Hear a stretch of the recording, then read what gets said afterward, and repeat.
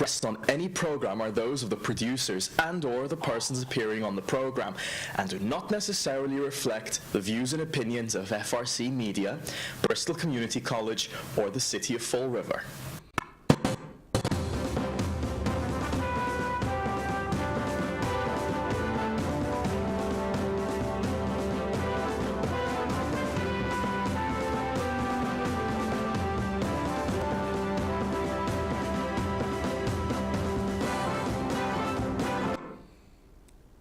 Hello, welcome to Spindle City Straight Talk. I'm Chip, and CJ's still adjusting his mic. This is going to be the new opening. He's lost his mic. He's in the bomb shelter, but we'll get him on shortly. I know he's got a lot to say. Well, we had a guest scheduled. I'll start off. We did have a guest scheduled. Attorney David Dennis, candidate for mayor. He did call last night and apologize. He said he had court today.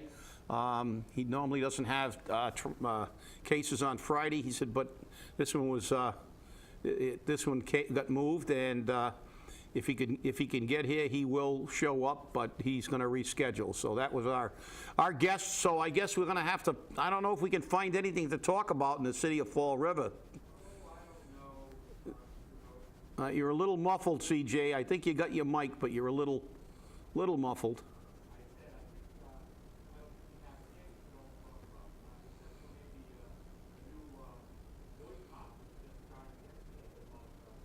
CJ, your mic is still kind of low.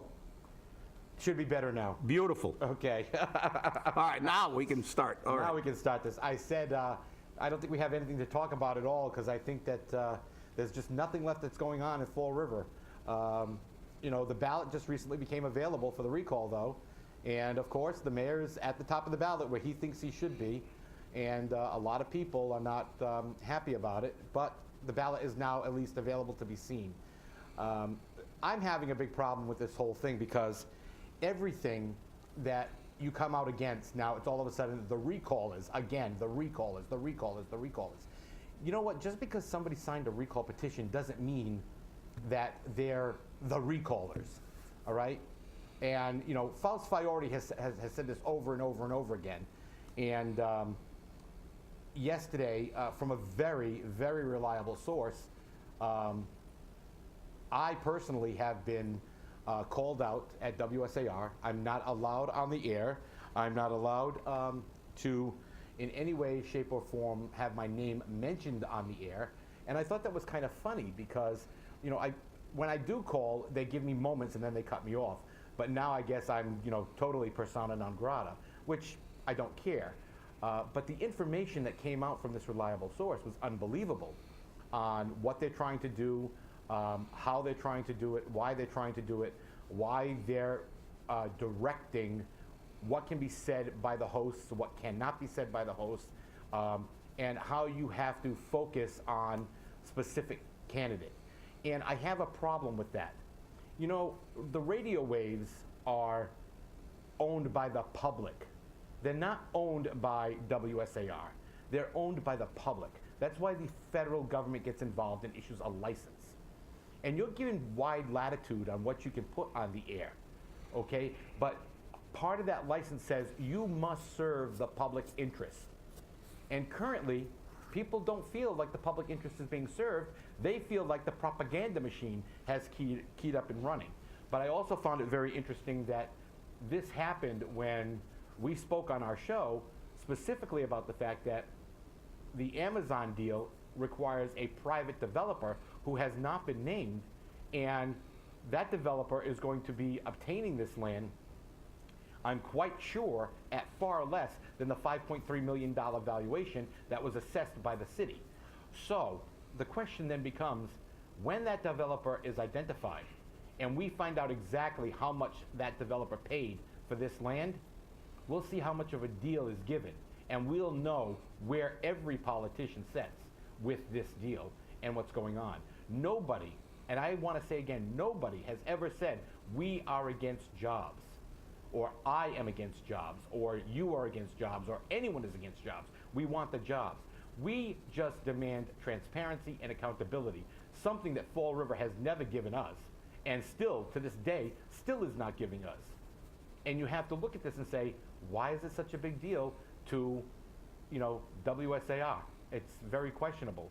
But this recall that just started it's going to be interesting to see where it goes. It really is, Chevy. No, you're right, CJ. And obviously, well, let me begin with the recall statement. Let me say for the record that recaller is it's not an expletive. It's not a swear. It has been used in a disparaging way by people who oppose the recall. But what they forget is that recallers are in fact voters. If they were part of the petition, it means they're a registered voter, which means they are participating in the governmental process, and they have every right in this country to participate in the process. Because they have a different position doesn't make them something that is to be vilified. Unfortunately, that's what politics has descended into in this country. It's a mudslinging contest. Now, I've said time and time again, this is a referendum on the mayor's performance. You can have whatever opinion you like. We can begin with the history lesson, the illegal stormwater tax, the window gate, the shower gate, glass door gate, Coogan gate. We have an entire mini-series devoted on one of the Facebook pages to Flanagan shenanigans. So if you happen to be one of the people who's fine with that, okay. But we're not going to call you anti-recallers like it's some type of derogatory term. Look, you take your position. The fact is that the recall is an exercise in government. The law stipulates very clearly that there's a recall process. It's not a very good one, I'll add. If we learned one thing from this process, it's that the recall act for Fall River has to be changed. We can't have these gray areas. We can't have these areas where you get an incumbent who's really not an incumbent, because if you read the statute, it says he serves as mayor until he's recalled. Then he's the incumbent on some technicality because he serves until it's certified, and they're going to sit on the certification for 10 days, and this kind of thing. We have to clean up this act. But I want to tell everybody out there, even the recallers, our fellow recallers, stop complaining about where his position is on the ballot. Stop complaining about the legal decision that he can run, and go to the polls and vote. We've accomplished our mission. As recallers, we wanted to get a recall. We have. On December 16th, there will be an election, and there will be a recall. Well, Chip, we had some technical difficulties. For some reason, we weren't being broadcast live. We just went on the air a few moments ago live, so we can bring back our people so they can kind of have an understanding where they are. All that amazing dialogue and the diatribe and the dialogue for nothing. But this will be replayed today on YouTube, and I'll see if we can get this replayed on FRC Media on Channel 95 a little later on today. But we are on live, and our viewers can now watch us. It's just very interesting to see how this is just going crazy, crazy, crazy over and over again. And when did it ever become illegal? When did it ever become a negative thing to ask your city government, to ask the people that you elected to represent you, to explain to you why, how, what, and the whys, and the wherefores, and everything else on anything they do? I mean, just look at what happened at the city council meeting on Tuesday, okay? You had a neighborhood president make an outright threat to everyone in that chamber when they said, anyone who speaks anything bad about Chief Racine, I will have to be arrested. That's an outright threat. That neighborhood president wasn't arrested. But if one of the people who are very vocal about asking questions starts asking questions, they get the pound on the table and they're told, shut up and get out. They clear the room. And this shows the difference in this city council. Personally, I have lost faith in all 9 of them. All 9. And I think that Councilor Maioza, of all people, when he took the vote to increase the resident tax rate and decrease the commercial tax rate, said to the people of Fall River very clearly, this is what I have to do. This is the same old that we're always getting. So how can we say that we're getting anything better from this city council? All 9 of these people have to go. And the problem is, and I'm sorry viewers, I'm sorry people of Fall River, but I firmly believe you don't know the situation and you cannot understand politics. I firmly believe you go into that voting booth and you say, oh, she's a nice girl. Oh, he's a nice guy. He gave me a chow mein sandwich. He gave me a chicken pot pie dinner. And that's how you vote. Well, if your vote can be bought that cheap, it's no wonder the city of Fall River sells us like we're dirt cheap, like we're nothing but slave labor, because they think that everything comes to us. And Chip, you say all the time, when are you going to learn that if the community has no money, you can support the businesses all you want? The business is not going to get any support because the community has no money. So when you raise the taxes, you take more money away from business when you put it on the residents. So you give them back that in a tax break, but you're not getting anything in the form of business. Well, you're right, CJ, and we'll get back to, you know, I guess it'll be replayed what I said about the recall. Listen, we wanted a recall, we got a recall. December 16th, we will have that election, and as I said earlier, but it wasn't on. Apparently, it wasn't live. So let's just. We can be not happy with the fact that the mayor's number 1 on the bottom half of the ballot, that he's even allowed to run in the first place. But the fact is, what we wanted to do is get a recall, and we did. And now it's up, the burden is no longer on us. Only a partial burden. We did the heavy lifting to get a recall. Now it's up to the people of Fall River to stand up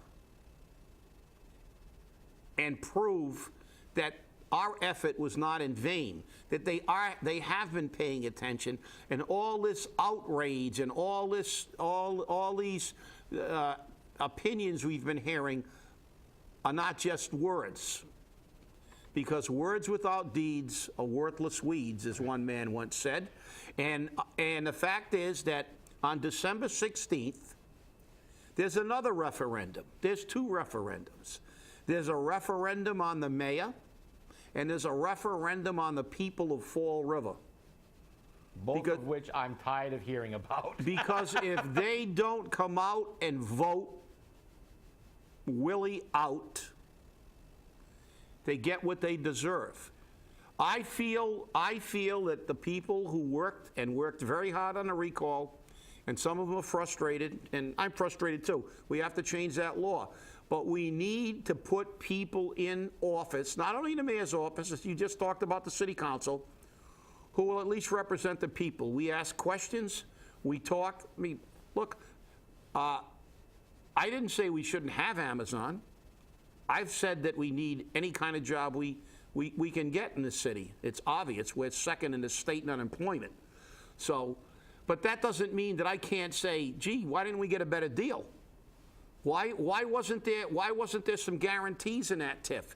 I mean, that's not being negative. That's just being pragmatic and say, if we're going to give them all these breaks, why don't we get a little bit more? We gave away the store and we got nothing back. And that segues me into the city council actions lately. You know, CJ's diatribe, you can see he's a little upset about the councilors, as am I. Look, I don't have a problem with them voting for Amazon. What I do have a problem with is every single one of them participating in a 2-minute and 11-second meeting where nobody says anything, and then they run out like their pants are on fire and say, well, we have to vote for jobs. We have to vote for jobs. Well, you can vote for jobs, but you can ask questions. You can say that you're voting for jobs under duress, that you think that TIF could have been done better. There could have been more guarantees for the people that you represent, the citizens and workers of Fall River. And it's not the first time.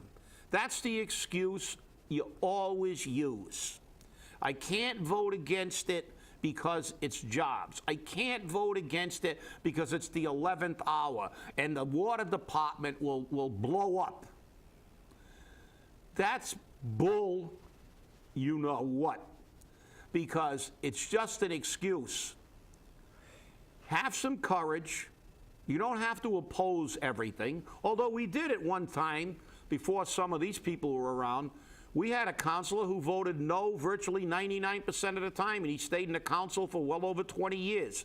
And you remember in CJ, John Medeiros. Yep.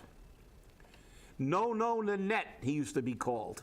But you know, Chip. But, you know, so it's possible to actually have a difference of opinion. And John Medeiros basically voted no on 98% of the issues that came before the council. I respected John for that. I really did, and so did a lot of other people.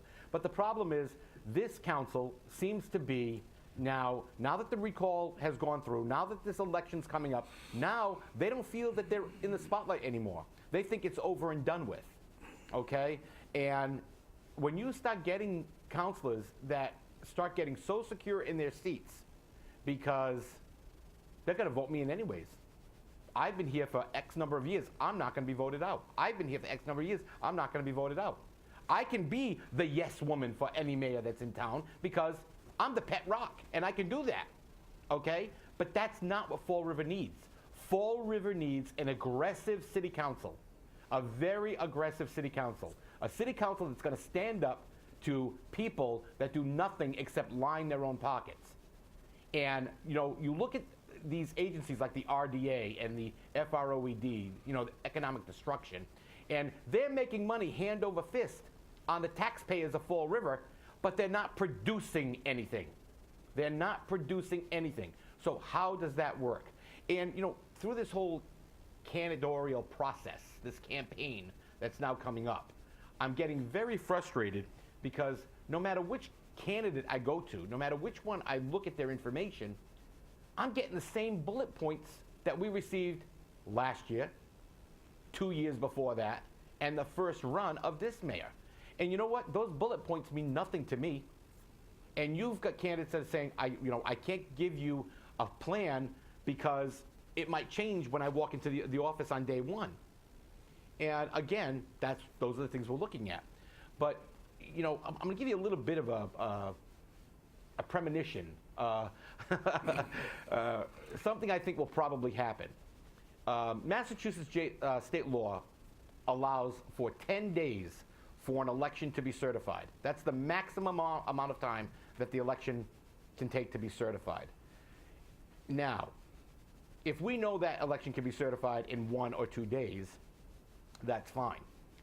But I'll guarantee you that the mayor, if he is recalled and he does not get reelected, will turn around and advise Elizabeth Camara of the Elections Commission to delay the certification of that vote for the full 10 days, which will put that till the 26th of December.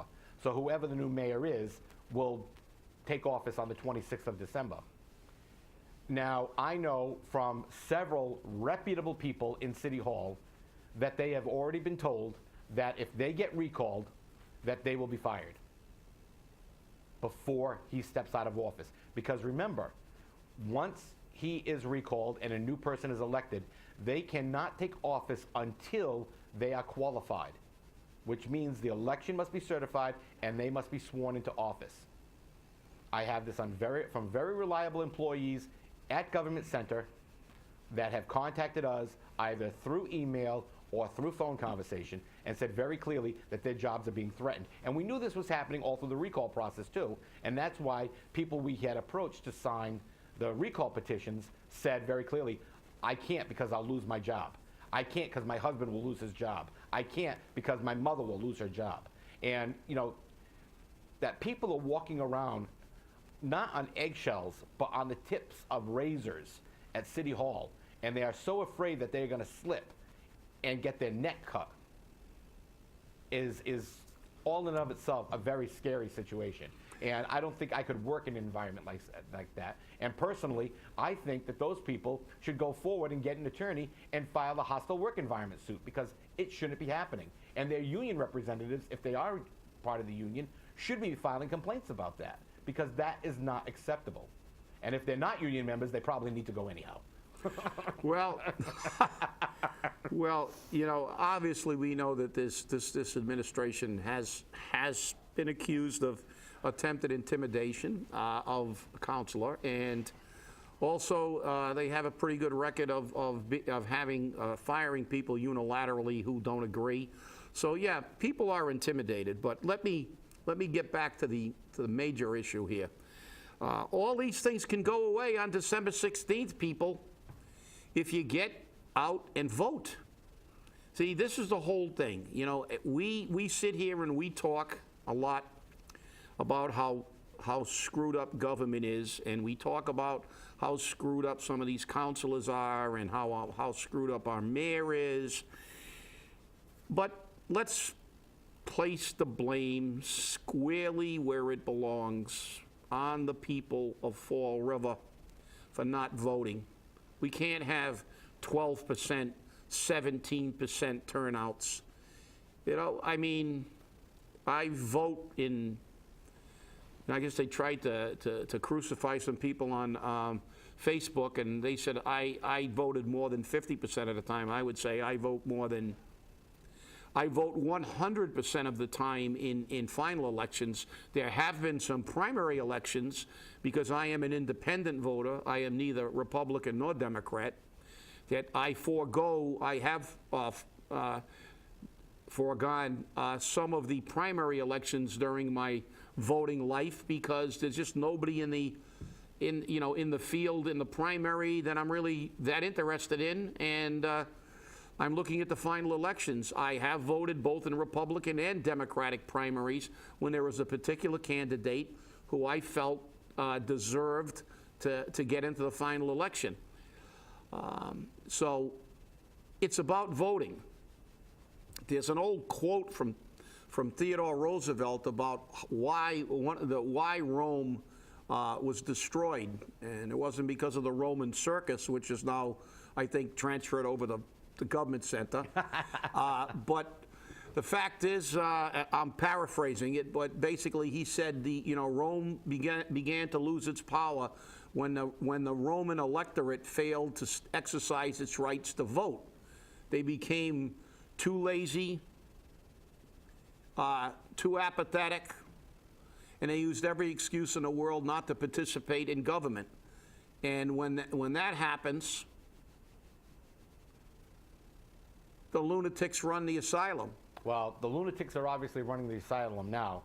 And, you know, the big problem I have with that is I have heard every excuse from every person in Fall River who didn't go out to vote. Oh, I had to work. Oh, I wasn't in town. Oh, I was sick. My mother's sick. I got to take care of her. My father's sick. I'm sick. This one's sick. That one's sick. You know what? Call down to the Board of Elections, 508-324-2630, and ask them to mail you an absentee ballot application. Mail that application back immediately, and they will mail you a ballot. Once you get the ballot, check it off, put it in the envelope, and mail it back. Because unlike other states, Massachusetts does not allow for late ballot counts. So if it is not in City Hall by 8 p.m. on Election Day, it's not counted. So get off your backside, pick up your phone, and make the phone call and get your absentee ballot. Or otherwise, pick your butt up off the couch and go out to the poll and vote. Okay? Don't worry about missing 5 minutes of, some program on TV, or you might miss the 5 o'clock newscast, so you'll have to watch it at 6, and you don't want to do that because at 6 you're watching another channel. You know what? Get up and vote. Because if there's a 17% turnout, and we've already looked at the numbers, and we really have looked at them very, very closely, and the people of Fall River don't seem to want to believe it, we have right now 3 major candidates that are polling at the top. Sam Sutter, Mike Mioza, and Sean Kadim. When we look at Sam Sutter and Sean Kadim, we look at approximately 26% going to Sutter, 24% going to Kadeem. About 27% are saying they're for the mayor. And the balance of the people are undecided or other, which means they didn't even come in at a high enough percentage rate to give them a part of the pie. And we've looked at this and we've compared it to another poll, and I know the candidates are doing their own polls and they'll find that probably the numbers are pretty much collective. I think now it's time for the candidates, and I'm calling on every candidate, and I'm telling you now, every candidate, to get together and have a discussion in your opposition to William Flanagan and say, who has the opportunity to take this election? Because if you truly have the opportunity to take this election, if you are truly going to come up with the best deal for Fall River, if you're going to come up with the best plan, then you should be supported. And to rule out any questions of miscarriage, of any questions that, you know, the plurality re-elected a nitwit, then you should really turn around and say, what can we do? Because if you're just running for your ego, put your ego behind you, okay? Right now, this election is about the future of Fall River, not the lies that keep coming out. It's about the future of Fall River. So seriously, candidates, get together, go have a drink somewhere, you know, go to the TA, go to, you know, the Soriana, go wherever you want. Go to the Academica Club, go to, you know, Bella's, go somewhere, you know, stop at the neighborhood bar, have a drink, and talk about it. And if you're really serious about this, then you should move forward. But you need to make sure you have the ability to win this election. I don't know, Chip. I guess I'm over. I'm just. Yeah, you're dreaming. That's not happening. Well, you know. I mean, in a perfect world, it would happen. In a perfect world, he wouldn't be on the top of the ballot. In a perfect world, he wouldn't be able to run. And with that, I'm going to say thank you to everybody who participated in the recall. The ward captains who worked so hard, everybody that was involved in the day-to-day operations of the recall, every single person who signed that recall petition. We will review those recall petitions and see how many of you actually voted on December 16th, and we will report that on this show, just to see if we followed through. Congratulations on your victory. We do have a recall. Job isn't done. If every single one of those 5,500 plus people who signed that petition vote, we've done our job. If he wins and he's a minority mayor, well, the system is flawed. We can't be faulted for this mess. Again, politicians made this law and they screwed it up again. But the fact is, we accomplished what we had to do. Call every single recaller, 5,500 of you, call 5 people you know and make sure they go in to number 1, recall Flanagan. And that's the other thing I've got to call the candidates out on. I have seen flyers from virtually all the top candidates. I have not seen one of them that highlights the fact that first we have to recall the mayor before there is an election. They all tell you why they want to be mayor, and they've forgotten the fact that he has to be recalled first. So let's, number 1, recall him, and let's make sure he gets out. Select the candidate you feel will lead the city forward. And if he wins 27-26, I want to see him get up with his famous and say, I got 26% of the vote. You know, because he's always crowed about him being the mandated mayor because he got 70% of the vote.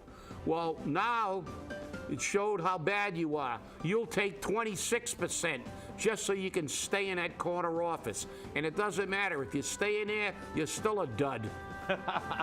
Thanks for watching Spindle City Straight Talk, and we'll see you next week. There'll only be one show next week. It's Thanksgiving week, so see you then.